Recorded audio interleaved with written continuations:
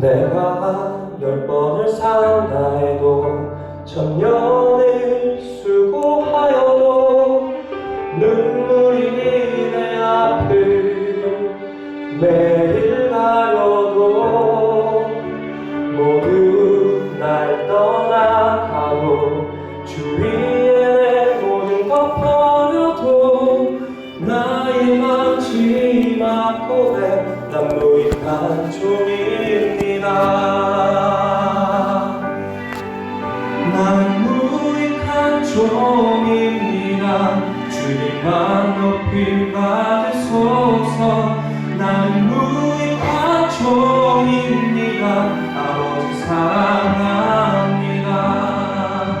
나는 무익한 종입니다. 주님만 높임 받으소서.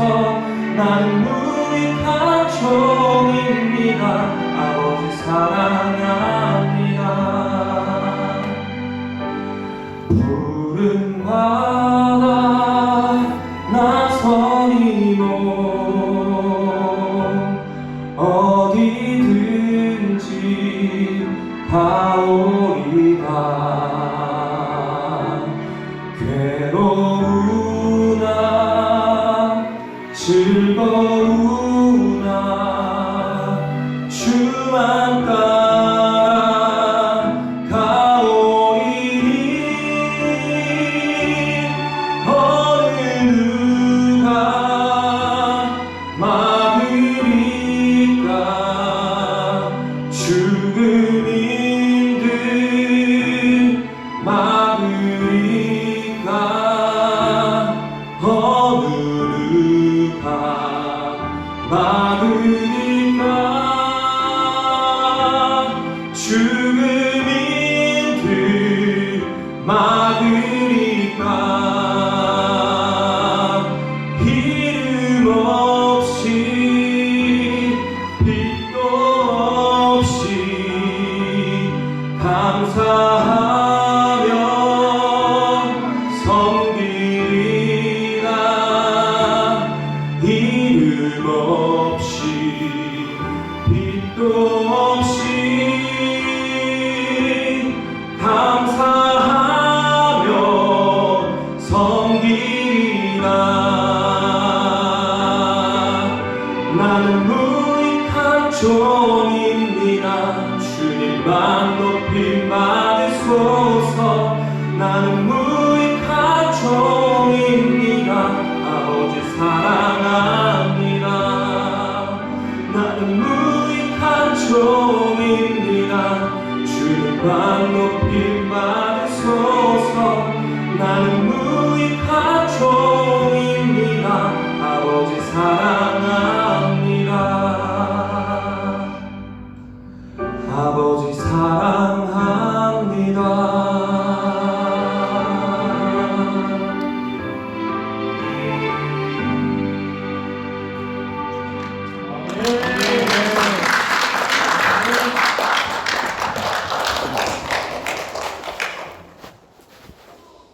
아버지 하나님 감사합니다. 우리를 이 자리에 불러주셔서 살아계신 하나님 앞에 사랑받는 자녀로, 사랑받는 아들로, 사랑받는 딸로 우리 주 예수 그리스도의 눈을 마주보며 그 하나님의 무한하신 사랑과 넘치는 기쁨 앞에 우리의 부족한 마음을 예배함으로 나아갈 수 있게 하셔서 감사합니다. 하나님께서 지금 우리를 바라보시는 눈길이, 그 시선이, 그 마음이 무한한 기쁨으로 넘쳐 흐르고 계시다는 것을 우리 예배 가운데 뜨겁게 발견하게 하시고, 우리 드렸던 찬양처럼 할렐루야를 높이 올려드리며 부름받아 나서니 몸 주께서 가라 하시는 곳에, 그곳에 가서 부르신 자리에서 예배하는 우리 모두가 될 수 있도록 인도하여 주시옵소서. 주님 사랑합니다.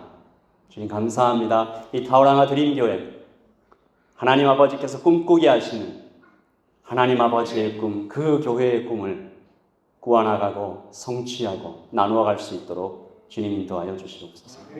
감사합니다. 예수님의 이름으로 기도합니다. 아멘.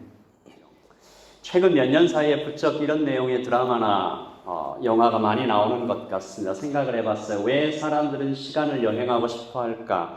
여기엔 기본적으로 이 사람들 안에 있는 지배와 통제 욕구가 좀 드러나 있는 것 같아요.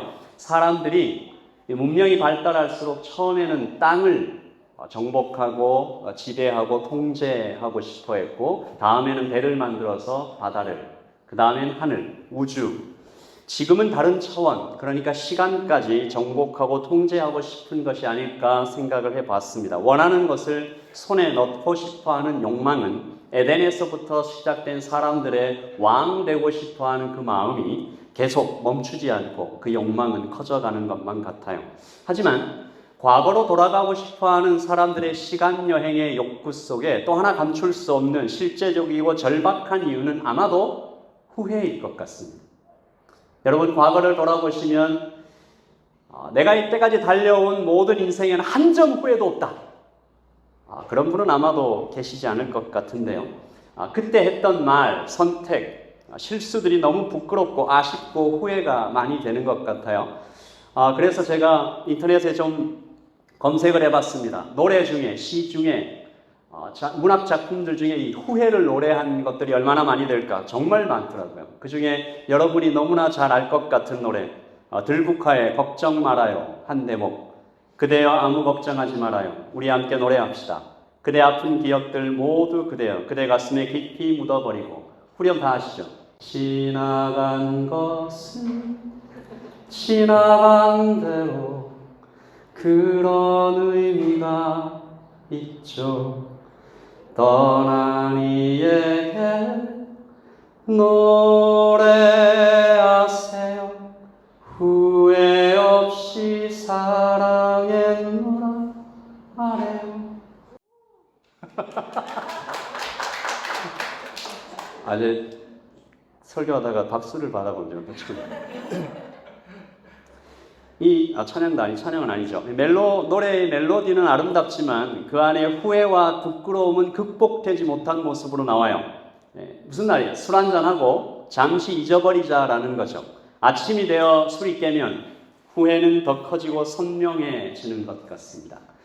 오늘 우리가 읽은 말씀, 요한복음에 나타나는 한 여인은 정말로 후회가 많은 여인이었어요. 이름도 나이도 알 수 없는 그저 성경에 사마리아 수가성 여인이라고 기록된 여인은 우물가에 물을 길러 나왔습니다. 그때가 6시쯤이었다. 유대식으로는 낮 12시였다. 헬라식으로는 오후 12시였다. 말이 많습니다.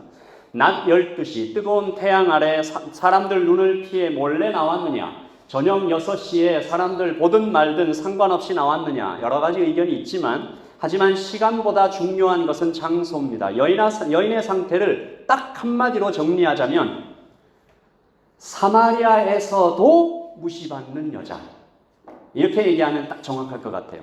사마리아는 무시받고 있는 곳입니다. 유대인들에게 무시받는 사람들이 사는 곳. 그러니까 노숙자들이 이렇게 모여 있는데 그 노숙자들 사이에서 또 왕따 받는 그런 노숙자. 나는 더럽지만 넌 진짜 더럽다.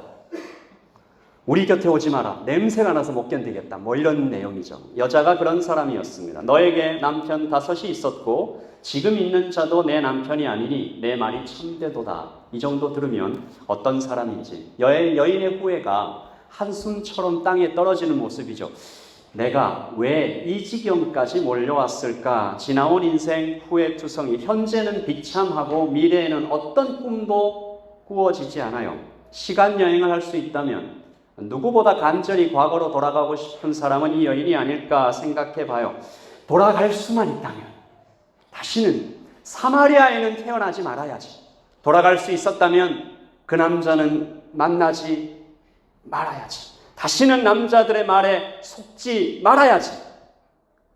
내가 한 번, 두 번은 한 번 써버린 인생은 그러나 다시 고쳤을 수가 없어서, 돌아갈 수가 없어서 여인은 그저 눈물 같은 하루를 꾸역꾸역 살아내고 있는 것입니다. 꿈은 그저 묻어두고 마음은 닫아 걸고 모진 생명을 이어가고 있는 것이죠. 여러분, 이 여인의 상황을, 이 스토리를 듣다 보면 내 마음 한구석에도 나도 그래요.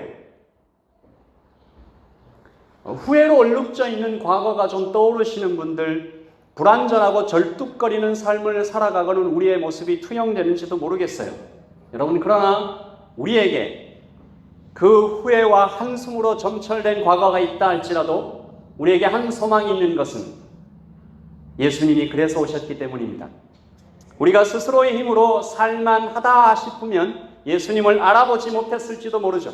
시간의 창조자께서 영원의 벽을 뚫고, 말하자면 시간의 벽을 뚫고 시간 속으로 뚜벅뚜벅 걸어오셔서 우리에게 상처있고 무력하다 느끼던 그 여인의 앞에 또 우리 앞에 나타나신 것입니다. 시간 여행이 신비롭다 하겠지만 그보다 더 아득히 기적 같은 일들이 일어난 것은 창조주께서 사람을 찾아오신 것이죠. 여인과 예수님이 만난 시간은 길지 않아요. 굉장히 짧은 시간이었는데 그녀의 사연 많은 인생에 비교하면 너무 짧았는데 그 한 번의 만남이 여인의 인생을 완전히 바꿔 놓은 것을 우리는 말씀을 통해 만나봅니다. 오늘 이 여인과 예수님의 만남을 한 문장으로 제가 이렇게 표현해 봤습니다. 과거가 해석되고, 같이 읽어볼까요? 과거가 해석되고 현재는 구원받았으며 미래를 꿈꾸게 되었다. 오늘 여러분에게도 이 똑같은 일들이, 과거가 해석되고 현재는 구원받으며 미래가 꿈꾸어지는 일들이 오늘 예배 가운데 일어나기를 예수님의 이름으로 축복합니다. 첫 번째, 같이 읽어보죠. 시작. 과거를 해석하는 기적의 한마디. 4장 3절과 4절입니다. 같이 읽을게요. 유대를 떠나사 다시 갈릴리로 가실새 사마리아를 통과하여야 하겠는지라. 예루살렘에서 갈릴리로 가는 길은 두 가지의 길이 있었습니다. A로 가면 3일, B로 가면 일주일. 어느 길로 가는 것이 좋을까? 당연히 A죠. 그러나 유대인들은 누가 봐도 당연한 A를 길 가지 않고 B로 갑니다. 일주일. 이유는 하나, 사마리아인들이 더럽다. 피가 섞였다. BC 722년 북이스라엘을 멸망시킨 아수르 사람들이 예루살렘 이 유대인들을 데려가서 이 이방인들과 결혼을 강제로 시켜버리죠. 그래서 피가 섞였다라는 것입니다. 유대인들은 사마리아의 사람들을 잡종들이라고 비난했습니다. 더럽다고 예루살렘 성전에 들어오지도 못하게 했어요. 이 사마리아인들도 만만치 않습니다. 가만히 있지 않았어요. 그래? 그리고 우리도 안 간다. 예루살렘에 가지 않고 그리심산에 성전을 따로 세워서 거기서 예배를 드리기 시작했습니다. 유대인들은 더 화가 났습니다. 예루살렘 성전이 정통이고 여기서만 예배해야 하는데 무슨 심보인지 모르겠어요. 오지는 못하게 하고 다른 데서 성전을 만드니까 화가 나서 그리심산의 성전을 파괴하는 일이 생기죠. 그러니까 사마리아인들 또 가만히 있지 않고 예루살렘 성전에 몰래 들어가서 공동묘지에서 가져온 뼈를 뿌려버립니다. 그러니까 뭐 어떻게 되겠어요? 서로 죽일 듯이 싸우는 거죠. 그런데 오늘 예수님께서 A의 길을 가지 않고 B의 길을 가셨다라는 것입니다. 말씀에 보면 유대를 떠나 다시 갈릴리로 가실새 사마리아를 통과하여야 하겠는지라. 사마리아를 거쳐서 거기로 가겠다라고 얘기하시는 거예요. 제자들의 반응이 어땠을까요? 왜요 예수님? 그 사람들 우리에게 감정 안 좋아요. 더러워요. 우리 공격할지도 몰라요. 제자들은 아마 당황하고 반대하고 깜짝 놀랐겠죠. 성경을 아무리 쳐다봐도 예수님께서 사마리아로 가신 이유는 딱 한 가지밖에 찾을 수가 없습니다.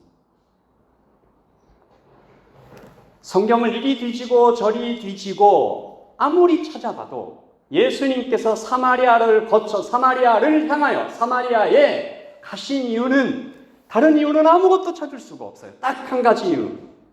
그 여인, 사마리아 여인을 만나기 위해서. 설교를 준비하다가 제가 이 대목에서 좀 생각이 잠기게 되었습니다. 예수님은 오늘 모든 비난과 오해를 무릅쓰고 여인을 향해서 마치 온 우주에 이 여인 한 사람밖에 없는 것처럼 사마리아 그 물까지 찾아가시는 것이죠. 내가 새벽 날개를 치며 바다 끝에 가서 거할지라도 주께서 나를 찾아오신다라는 시편의 말씀이 있듯이, 여러분, 하나님의 사랑이 우리에게 이미 도착해 있다면, 우리가 하나님을 거절하고 등 돌리고 있다 할지라도 하나님은 거기까지 우리를 찾아오시는 분입니다. 오늘 말씀 속으로 좀 더 들어가 보면 당시의 문화에서 남자와 여자가 이렇게 홀로 마주 앉는 것이 쉽지 않았어요. 예수님은 그러니까 마치 여인을 위해서라면 내가 뭐라도 하겠다라고 결심하신 것처럼 보입니다. 여인은 굉장히 퉁명스럽게 툭툭거리며 예수님 말에 이렇게 계속 무례하게 쏘아 붙이듯이 말하죠. 주님은 계속 대화를 이어가십니다. 여인 자신도 이것을 아주 놀라워하며 이렇게 말합니다. 4장 9절이죠. 같이 읽습니다. 시작.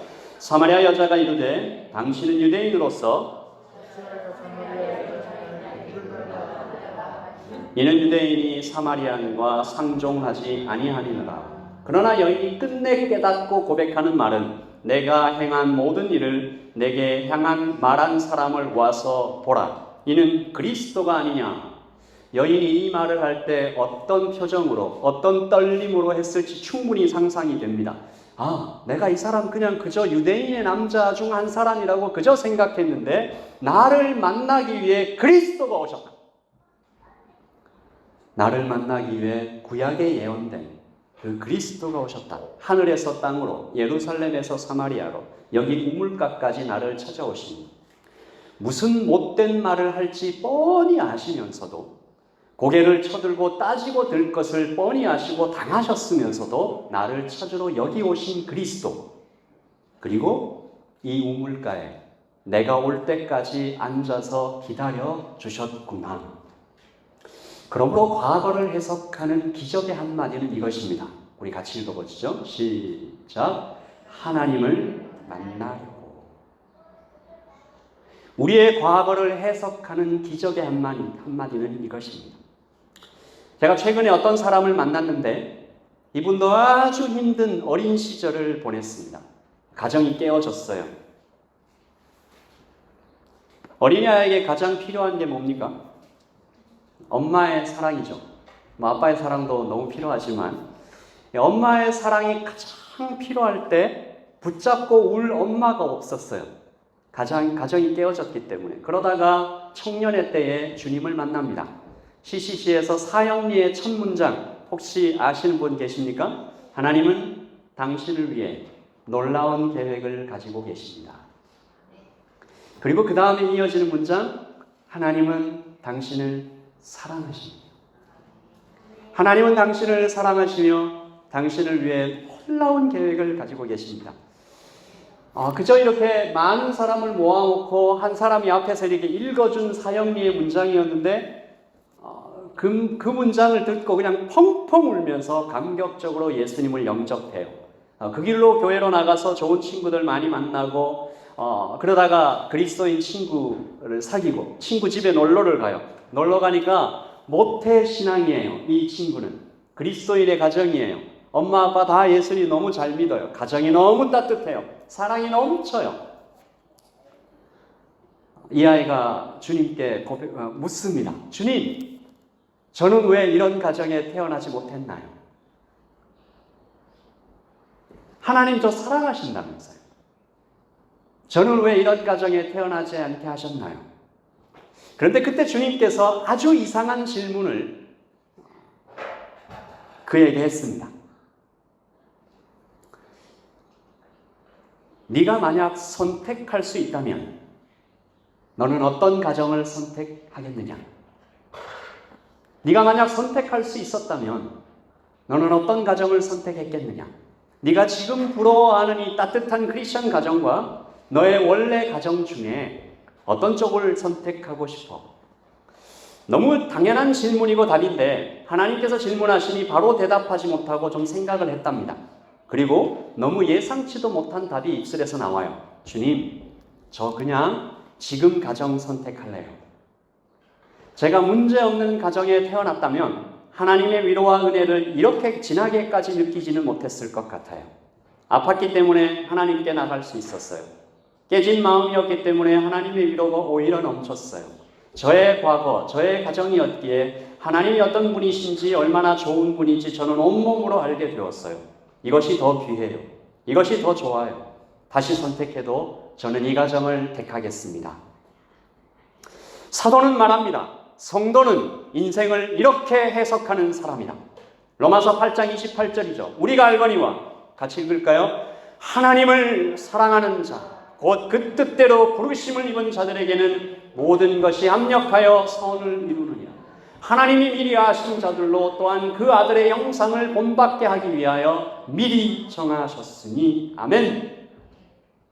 우리가 걸어온 모든 발자국 하나하나 굽이굽이 넘어온 언덕과 깊어진 골짜기에 여인의 과거처럼 비록 쓰리고 아팠지만 실수가 많았지만 후회로 얼룩져 있지만 하나님은 바로 그 상한 마음을 지름길 삼아 나를 찾아오셨다는 사실을 우리가 부인할 수 없잖아요.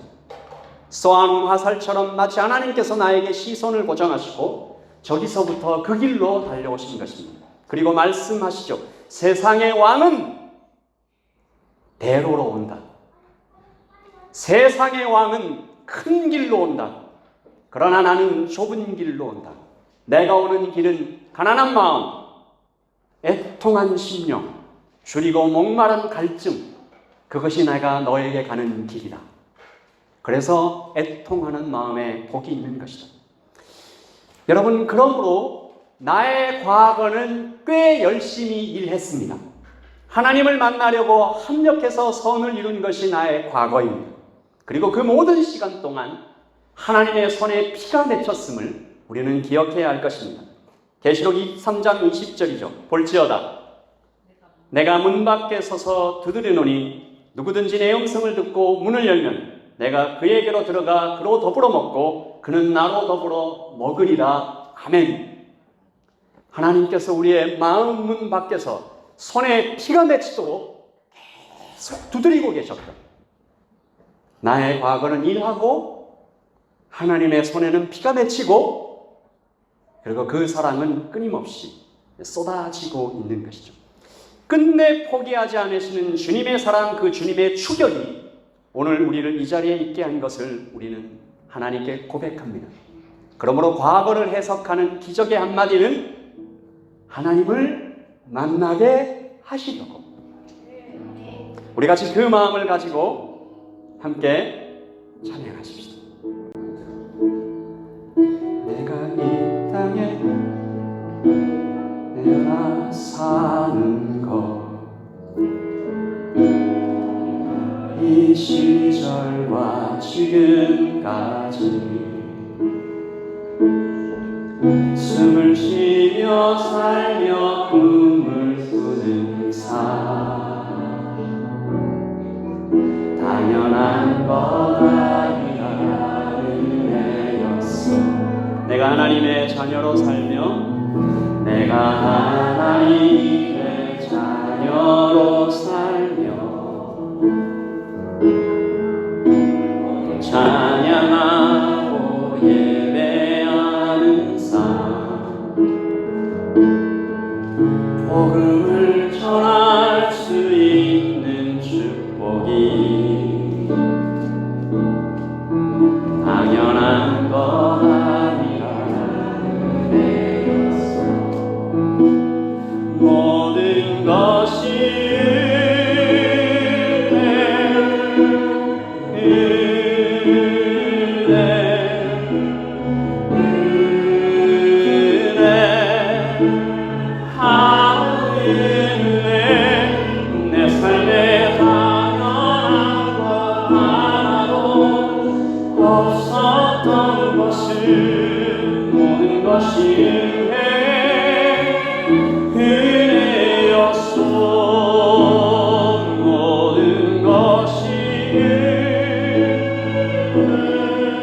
하나님을 만나기 위하여 나의 과거는 열심히 일했습니다.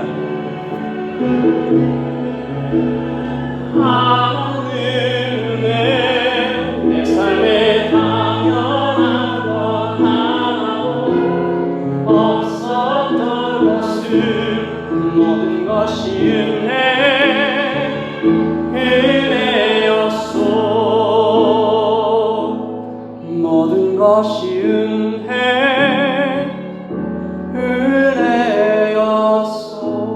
은혜였소. 아멘. 오늘 이 예배당을 떠나시기 전에 여러분의 과거의 후회와 선택과 이해할 수 없는 하나님의 그 어떤 행하심에 대하여 우리 좀 해결하고 하나님과 좀 화해하고 이 예배당을 나갔으면 좋겠습니다. 주님 그때 저에게 왜 그러셨어요? 그 질문에 대한 답을 저도 찾고 여러분들도 찾고 입술로 고백하고 하나님을 만나려고 그렇게 하셨다. 아멘이십니까? 과거를 해석하는 기적의 한마디는 하나님을 만나려고 였습니다. 그리고 두 번째, 현재를 구원하는 주님의 한 말씀이 있습니다. 말씀 읽을까요?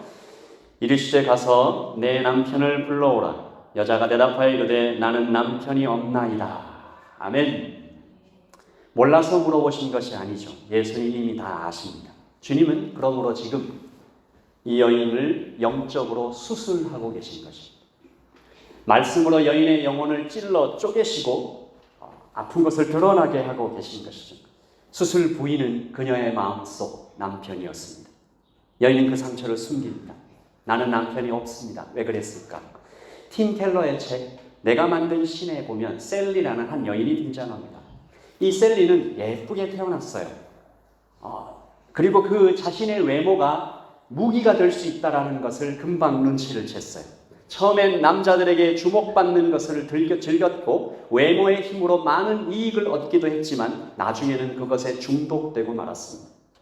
연애 감정이 없이는 잠시도 견디기 힘들게 되었고 그 결과 좋지 못한 남자들, 심지어 폭력적인 남자들과도 만남을 이어가게 되었습니다. 아닌 줄 알면서도 로맨틱한 사랑, 그 감정이 없으면 인생에 아무 의미가 없는 것처럼 느껴져서 마치 마약과도 같은 사랑 중독에 빠져버렸습니다. 사마리아 여인의 상황은 이 셀리보다 훨씬 더 나빴겠죠. 뉴욕에 사는 셀리와 2000년 전에 사는 여인을 비교할 수 없는 것은 그때는 여인들에게 사회적으로 아무 의미 없었어요.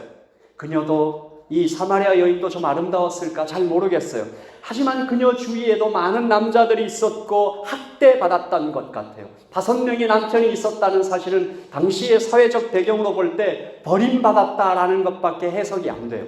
믿고 의지하고 사랑했던 남자들에게서 계속해서 거절당하고 배신당하고 다시는 믿지 말아야지. 그러나 여러 가지 이유로 이 관계를 끊을 수가 없었어요. 또 다른 남자를 만나고 또 속아 넘어가요. 생계의 이유도 있었을 거예요. 당시 사회적으로 남자가 없는 이 여인이라는 것은 너무나 약해서. 그러나 그것이 5번이나 반복되는 비참한 모습이 여인의 현재였습니다. 놀랍게도 지금의 뉴욕과 오클랜드와 타우랑아와 사마리아에 똑같은 일이 일어나고 있는 것 같습니다. 여기 뉴질랜드에 남녀 간이 아니라도 관계 중독은 어렵지 않게 발견됩니다. 어떤 사람에게 이 사람은 다르겠지. 진심을 좀 꺼내서 보여줘요. 너만 알고 있어. 숨겨왔던 아픔을 털어놓아 봐요. 그러나 그 사람에게 또 실망하는 일이 배신당하고 심지어 학대받고 이 여인처럼. 그런데도 계속 중독에 빠져 들어가는 이 패턴은 자주 발견되는 이 중독의 패턴입니다. 누군가 말했듯이 우리는 이미 중독 사회를 살아가고 있어요. 배신당하거나 학대의 경험이 있는 사람들은 거칠어집니다. 비뚤어져요. 여인이 그랬잖아요. 예수님께 막 쏘아붙이고 이 강한 척합니다. 왜요? 틈을 보이면 또 다칠까봐, 또 상처받을까봐 가시를 바짝 채운 채 사람들을 만나고 있는 것이 중독 사회를 살아가고 있는 우리의 모습이에요. 이게 교회 안에서도 발견이 돼요. 가족입니다. 교회는 가족입니다. 사랑받는 한 지체입니다. 당신은 손입니다. 나는 발입니다. 라고 하는데 아픔을 꺼내서 보여주지 못해요. 타우랑아 드림교회에서는 우리도 영상으로 예배하고 있는 라이트 처치에는 이 땅에 있는 모든 한인교회에는 이런 일이 없기를 바랍니다. 가장 친한 친구처럼 살을 나눈 형제와 자매처럼 우리 애가들 다 나누어도 두렵지 않고 안전한 교회가 되기를 바라고 그렇게 우리가 정말 삶을 나누어가며 서로 하나님의 나라를 이루어가는 그런 교회, 그런 공동체가 되기를 예수님의 이름으로 축복합니다. 내 친구보다, 어떨 땐 내 가족보다 교회 안이 더 뜨겁다. 더 사랑이 많다. 여러분, 이 여인을 누가 구할 수 있을까요? 상처받고 메말라버리고 딱딱하게 여인의 마음을 누가 열 수 있을까요? 어떻게 일으켜서 새롭게 할 수 있을까요? 우리는 오늘 말씀에서 그래서 예수님께서 오셨다는, 그래서 예수님께서 복음으로 기가 막힌 뉴스로, 굿뉴스로 오셨다는 것을 알고 있습니다. 오늘 예수님께서 이렇게 말씀하시죠. 그녀의 현재를 구원해 준 예수님의 한 말씀은 이것입니다. 우리 같이 읽어보죠. 시작. 내가 너를 안다. 내가 너를 다 알아. 내가 너를 잘 알아. 예수께서 이르시되 내가 남편이 없다 하는 말이 옳도다. 너에게 남편 5이 있고 지금 있는 자도 내 남편이 아니니 내 말이 참되도다. 이 행간과 그 뉘앙스와 문맥을 읽지 못하면 판단하시는 것인가? 비꼬시는 것인가? 거짓말했으니 벌받으라는 것인가? 책망인가? 아니죠. 주님은 여인에게 이렇게 말씀하신 것입니다. 내가 너를 이미 안다. 고생했다. 그동안 힘들었지. 얼마나 목마르고 얼마나 힘들었어. 너의 남편들은 너를 채워주지 못했지. 네가 지금 많이 목마르고 많이 아픈 것을 내가 안다. 얼마 전에 새벽 예배를 준비하기 위해서 말씀을 읽던 중 말씀 한 구절이 제 가슴에 깊이 파고 들어왔습니다. 시편 68편 19절 날마다 우리 짐을 지시는 주 곧 우리의 구원이신 하나님을 찬송할지로다 셀라. 말씀에 기록된 단어 하나하나가 가슴에 날아와 박힙니다. 날마다, day after day. 날마다. 엄마 같은 사랑이잖아요. 아기에게서 눈을 떼지 못합니다. 잠을 잘 때도 건너방에서 들려오는 울음소리에 벌떡 일어나는 어머니처럼 날마다 모든 순간 우리를 바라보시는 분이 하나님입니다. 우리 짐을, our burden. 하나님께서 우리의 짐을 아세요. 뭐가 고민인지. 남한테 얘기하고 할 수 없는 너만의 그 고통이 뭔지. 나만 아는 눈물을. 심지어 나도 모르는 무의식 속에 있는 깊이 묻혀있는 트라우마도 아세요. 그런데 그 다음 말씀, 지시는 주. The Lord who carries our burdens. 근데 그 짐과 그 실수와 그 후회를 다 아시는데 꾸짖지를 않으세요. 모자란 놈, 부족하고 못난 놈, 그 정도밖에 안 되냐? 혼내지 않으세요. 아버지 하나님은 그 짐을 대신 지고 가시는 겁니다. 짐만 지십니까? 지친 나도 업고 가십니다. 옛 남편들은 그녀를 이용했어요. give and take. 사랑을 얻어내려면 그만큼의 어떤 것을 자꾸 바쳐야 했고 바쳐도 채워지지 않아서 여인은 계속 메말라갔습니다. 하지만 주님은 그날 그때 오셔서 그 여인의 짐을 지시고 업어주시고 사랑하시고 내가 다 안다. 그 말씀은 참 수술하는 말씀이라 아팠지만 따뜻했습니다. 가슴이 철렁 내려왔는데 표정과 말투와 목소리는 너무 따뜻해요. 여러분, 이 똑같은 일이 사도 바울에게도 일어났었던 것을 여러분 아십니까? 사도 바울이 그리스도인들을 막 잡아서 죽이고 뭔가 잔혹한 짓을 다 하면서 다메섹 도상을 이렇게 내려갈 때 예수님이 오셔서 뭐라고 했습니까? 나는 네가 핍박하는 예수다. 그때 예수님의 음성이 어땠을까요? 제가 지금 너무 크게 얘기를 해가지고 이렇게 얘기 안 하셨을 거예요. 한없이 따뜻한, 너가 너의 뒷발로 자꾸 여기저기를 차는데 힘들어. 그렇게 하지 마. 사도 바울 그때 무너져서 예수님을 평생 따라가게 되죠. 나의 부끄럽고 비참한 모습을 다 아시는 내가 너를 다 안다. 이 말씀 들을 때 우리의 현재는 구원됩니다. 그래서 우리는 그 주님 앞에서 우리의 부끄러운 모습을 다 꺼내어 보여줄 수 있는 것이죠. 여러분, 우리 최순희 목사님께서 여러분에게 부끄럽고 또 부족하고 연약한 모습을 마음껏 보여주실 때 여러분도 그것을 완전히 끌어안고 여러분의 모습도 완전히 좀 드러내고 그렇게 우리 안에서 하나님의 나눔이 풍성하기를 예수님의 이름으로 축복합니다. 마지막입니다. 같이 읽을까요? 시작. 복음, 영원하고 완전한 미래, 내가 다 안다. 한없이 따뜻하고 힘이 나는 말. 그 말을 하나님, 우리 주님께서 하셨어요. 그러니까 알아봐 주신 것이죠. 그러나 주님은 그 여인의 목마름을 단지 알아봐 주신 것만이 아닙니다. 저를 한번 따라해 주시게요. 주님은 해결하기 위해 오셨습니다. 하시오. 주님은 해결하기 위해 오셨습니다. 단지 알아봐 주신 것이 아니에요. 주님의 말씀입니다. 같이 읽을까? 시작. 예수께서 대답하여 이르시되 이 물을 마시는 자마다 다시 목마르려니와 내가 주는 물을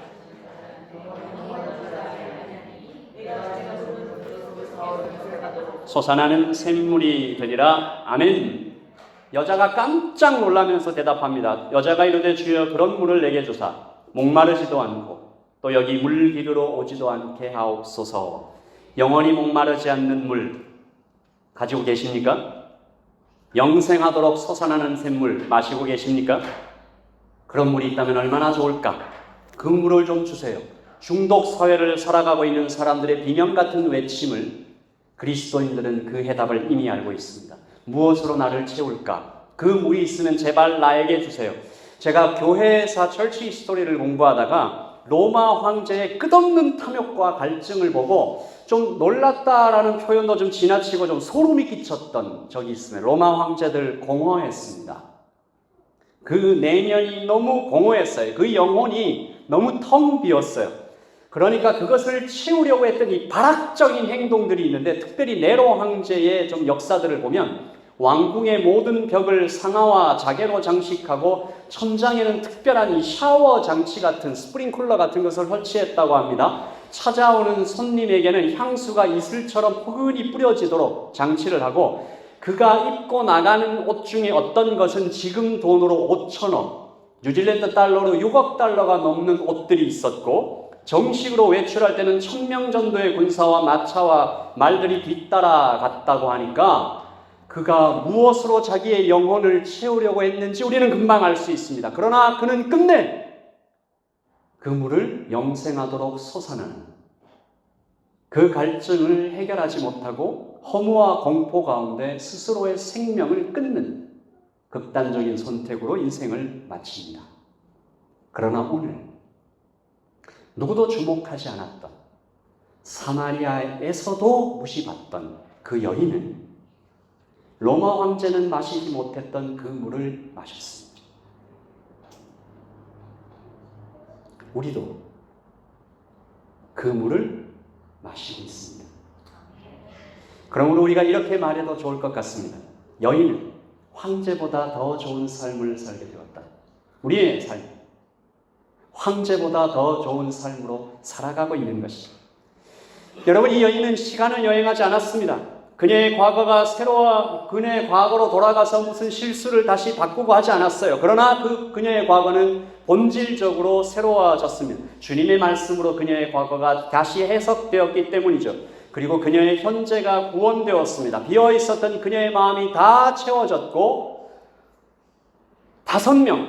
50명의 남편으로도 채워질 수 없었던 그녀의 마음이 채워지는데 영원히 목마르지 않는 생명이 그녀 안으로 들어왔기 때문이죠. 우리 같이 읽읍시다. 시작. 내가 주는 물을 마시는 자는 영원히 목마르지 아니하리니 내가 주는 물은 그 속에서 영생하도록 솟아나오는 샘물이 되리라. 여러분, 이것이 복음입니다. 영생하도록 솟아나는 샘물, 영원하신 분, 살아계신 분, 인격이신 분, 우리 안에 들어오셔서 주님께서 하신 일, 거대한 사랑, 나는 너의 진짜 남편이 되어주기 위하여 사마리아로 왔다. 나는 너의 진짜 생명이 되어주기 위하여 하늘에서 땅으로 인간의 몸을 입고 십자가의 길을 걸어간다. 주님은 그녀에게 이 물을 먹으려면 좀 남자들과의 관계도 좀 해결하고 그 틱틱거리는 성격도 좀 고치고 3일 금식 정도는 해서 좀 영혼을 깨끗하게 한 다음에 그래서 오면 내가 이 물을 줄 것 같은데 좀 열심을 보여봐 라고 하지 않으셨습니다. 주님은 그저 그녀를 위해 오셨고 그녀를 위해 말씀하셨고 그녀를 위해 그녀가 아무것도 모르는 사이에 기꺼이 죽으셨습니다. 우리가 아직 죄인 되었을 때에 그리스도께서 우리를 위하여 죽으심으로, 복음은, 여러분 저를 한번 따라서 해주십시오. 복음은 교훈이 아니다. 복음은 충고가 아니다. 복음은 이미 일어난 사건이다. 아멘. 복음은 우리 밖에서 우리와 상관없이 이미 일어난 사건입니다. 그러니까 어떤 사람이, 여러분 혹시 모기지에 고통받고 계신 분이 계십니까? 연예인에서 전화가 걸려왔어요. 자신의 이름을 밝히지 말라고 했던 어떤 사람이 당신의 모기지를 다 갚아줬어요. 아무것도 요구하지 않았어요. 연락처도 남기지 않았어요. 복음은 이런 것입니다. 복음은 또 불치병에 걸린 어떤 사람이 엄청난 효과를 가진 약이 발견되었다고 발표가 됐는데 약 가격이 수십억을 하는데 어느 날 그 약이 그냥 내 현관 앞에 도착한 거예요. 누가 보냈는지 몰라요. 복음은 그런 것입니다. 복음은 내 밖에서, 우리 밖에서, 우리의 인식과 사람의 생각과 사람의 뜻과 상관없이 우리 밖에서 일어난 어떤 사건이 나의 행동과 말과 내가 가진 그 어떤 것에 전혀 상관없이 나를 위해 행하신 사랑, 거대한 사랑, 위대한 사랑, 조건 없는 사랑, 지금도 계속 부어지고 있는 사랑, 우리가 살아가면서 이 사랑을 믿으면 어떤 일이 일어날까요? 과거가 해석됩니다. 과거에 얽매이지 않아요. 현재가 구원됩니다. 나의 마음이 완전한 안전으로 들어가요. 세이프티. 그리고 새로운 시작이 열립니다. 오늘 사도 요한은 그녀의 새로운 시작을 이렇게 기록하고 있습니다. 28절 시작. 여자가 물동이를 버려두고 동네로 들어가서 사람들에게 이르되, 같이 읽을까요? 내가 행한 모든 일을 내게 말한 사람을 와서 보라, 이는 그리스도가 아니냐 하니. 여러분 28절 말씀 보셨어요? 버립니다. 물동이를 버렸다라는 것은 그녀의 과거가, 그녀의 욕망이 완전히 해결되었음을 상징적으로 보여주는, 동네로 들어갔다라는 말은 그녀에게 무엇인가 나눠줄 것이 생겼다라는 말이고, 그녀와 지금까지는 어떤 관계였는지는 모르지만 동네 사람들과의 새로운 관계가 시작되었다라는 얘기죠. 와서 보라 라고 외치는 그녀의 표정도 보입니다. 그녀는 이미 예전의 그녀가 아니었습니다. 완전히 새로운 인류가 탄생한 것이죠. 사도는 이것을 깨닫고 성경에서 큰 목소리로 외칩니다. 이전 것은 지나갔으니 보라, 새 것이 되었도다. 아멘. 사랑하는 성도 여러분, 여러분의 과거가 해석되는 기적의 한마디를 마음에 새기시기를 바랍니다. 하나님을 만나려고. 아멘. 현재를 구원하는 주님의 한 말씀 여러분의 마음에 새기십시오. 내가 너를 잘 안다. 그리고 새로운 미래를 여는 주님의 복음을 우리 같이 읽고 다 함께 일어나서 찬양하겠습니다. 시작. 내가 주는 물을 마시는 자는 영원히 목마르지 아니하리니 내가 주는 물은 그 속에서 영생하도록 솟아나오는 샘물이 되리라. 아멘. 아멘. 아멘. 우리 다 함께 자리에서 일어나겠습니다.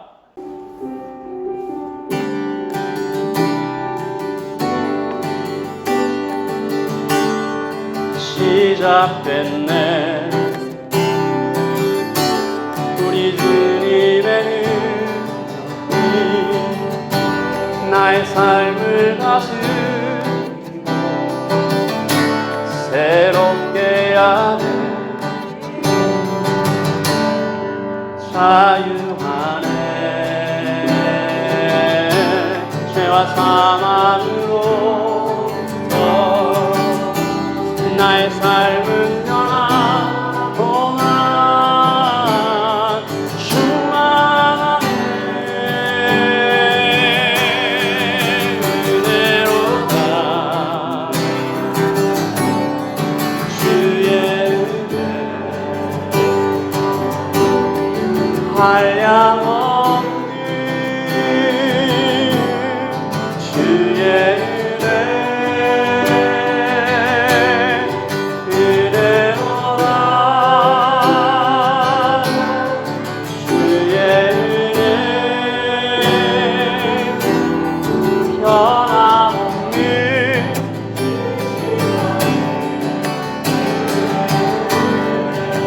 시작됐네. 시작됐네. 우리 주님의 복음이 삶을 다스리는 주님이 자유하네. 자유하네. 죄와 사망으로 나의 삶은 변하구나. 충만하네.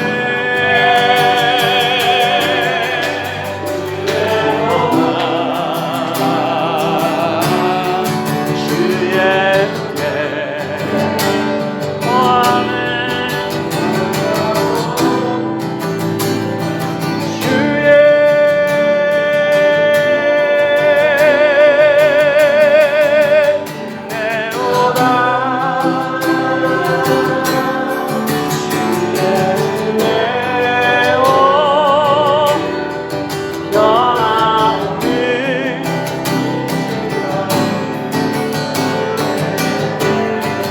은혜 원하네.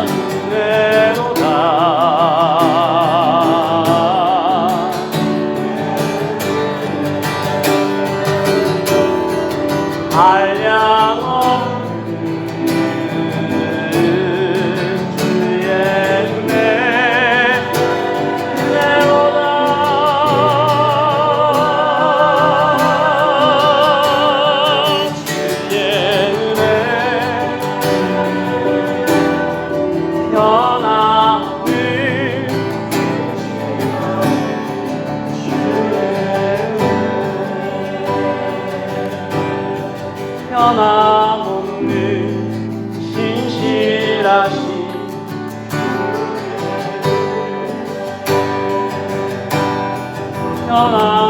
변함없는 신실하신 주의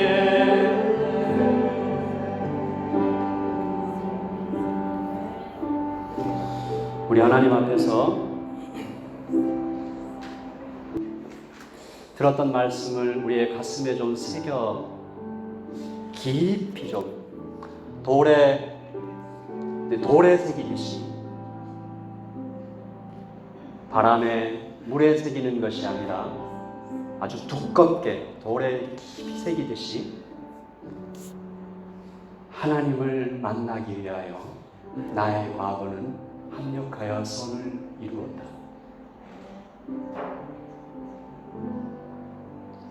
가난한 심령과 애통한 마음과 줄이고 목마른 그 마음을 따라서 우리 주 예수 그리스도께서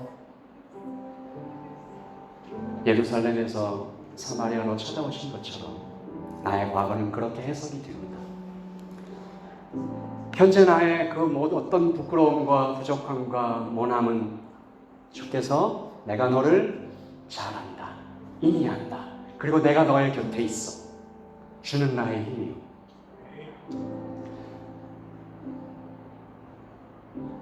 하나님이 살아계십니다. 그리고 그 하나님이 나를 사랑하십니다. 우리가 이 두 가지를 제대로 믿으면 평생 돈 걱정하지 않고 살 수 있습니다. 평생 능력이 부족한 것을 염려하지 않아도 됩니다. 하나님이 살아계시고 하나님이 나를 사랑하시는데 누가 감히. 그러므로 우리는 미래의 꿈을 꿉니다. 버릴 수 있고 들어갈 수 있습니다. 말할 수 있습니다. 내 안에 계신 예수님이 너무 좋은 분이야.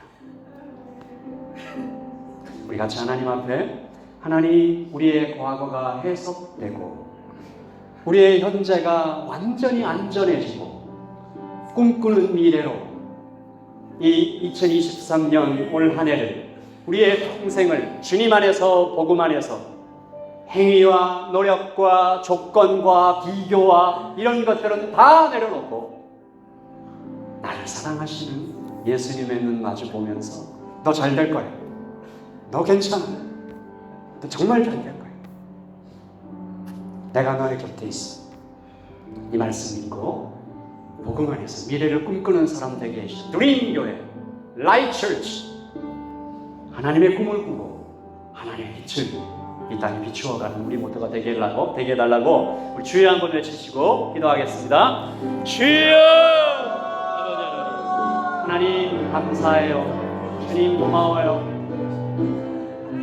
하나님, 우리의 과거가 해석되는 순간들을 예배 가운데 맞이하게 하여 주시옵소서. 우리의 현재가 완전히 안전해지는, 남편 5이 있었고 지금 있는 남편도 내 남편이 아닌 여인도 우리 주 예수께서 꾸짖지 않으시고 책망하지 않으시고 비판하지 않으시고 하나님 무시하지 않으시고 오셔서 내가 너를 위해 왔다니까, 내가 너를 위해 은하수를 건너 태양계를 건너 성을 뛰어넘어 시간을 뚫고 내가 너에게 왔다. 내가 너를 사랑하여 나의 온몸을 찢고 피를 흘려 너를 구했다. 그리고 내가 지금도 살아있어 너의 옆에서 하나님의 모든 것으로 채우려고 한다. 하나님 아버지, 이것을 우리가 믿고 나아갈 때 하나님 새로운 미래를 꿈꾸게 하여 주시옵소서. 하나님, 이제 우리의 과거에 얽매이지 않게 하시고 과거가 모두 해석되는, 그리고 우리의 현재가 구원되는 하나님의 말씀의 그 복음 앞에 우리가 아버지는 완전히 새로운 사람으로 나올 수 있도록 주님 인도하시고 함께하여 주시기를 소원합니다. 아버지는 이 교회에 하나님 과거가 해석된 밝은 사람, 맑은 사람, 아버지는 힘찬 사람, 또한 그 사람, 그 공태가 피어나기를 원하는 현재가 구원되어 하나님 우리의 부끄러움을 모두 털어놓고 아버지 하나님 앞에서 투명하게 교회 공동체를 세워가는 꿈으로 미래를 꿈꾸는 교회 될 수 있도록 주님 인도하여 주시옵소서. 하나님 감사합니다.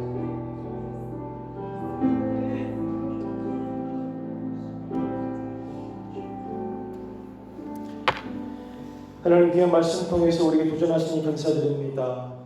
우리를 잘한다고 말씀하시고 내가 너를 안다라고, 내가 네 형편과 처지를 잘한다라고 말씀하시며 우리를 위로하시는 주님의 말씀이 오늘 우리를 다시 살아날 수 있는 힘이 되게 하시고 또 미래를 꿈꿀 수 있는 동력이 될 수 있게 하시니 감사함을 드립니다. 하나님 말씀 잘 기억하여 생명력 있는 삶 살아가는 우리 모두 되게 하여 주시고 날마다 매 순간순간마다 구원의 기쁨과 감격 속에 살아가는 우리 모두가 되게 하여 주옵소서.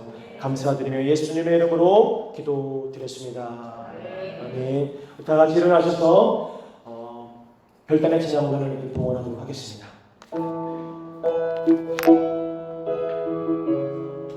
지나가시고 우리 고소공단에 오셔서 봉헌 기도와 축도로 내려가시도록 하겠습니다. 곳곳에 생명샘 솟아나 눈물 곧자 지나갈 때에 자라 열매 맺히고 웃음소리 넘쳐나리라.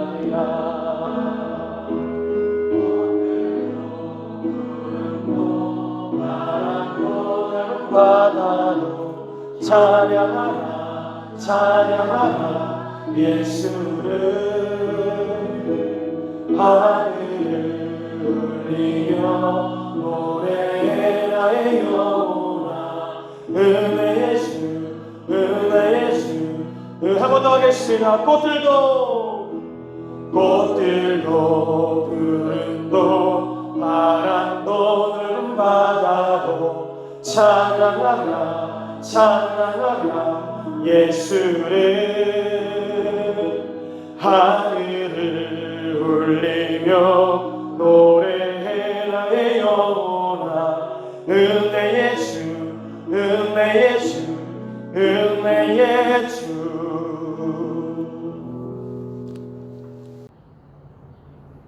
여기 살아계셔서 우리를 굽어 살피시며 안아주시는 하나님 아버지의 그 뜨거운 은혜와 성령 하나님의 교통하심과 임재하심이 여기에 예배하고 있는 우리 모든 드림교회 라이트처치 성도들과 하나님 이 땅 또한 이민자들, 북섬과 남섬에서 오늘 예배하고 있는 모든 한인교회들, 그리고 이 모든 하나님의 백성들 그 머리 위에 주님을 향해 내가 주님을 사랑하며 복음 안에 더 깊이 들어가겠다고 헌신하며 더 주님을 붙잡고 있는 모든 하나님의 백성 머리 위에 지금부터 영원토록 함께 있을지어다. 아멘. 아멘.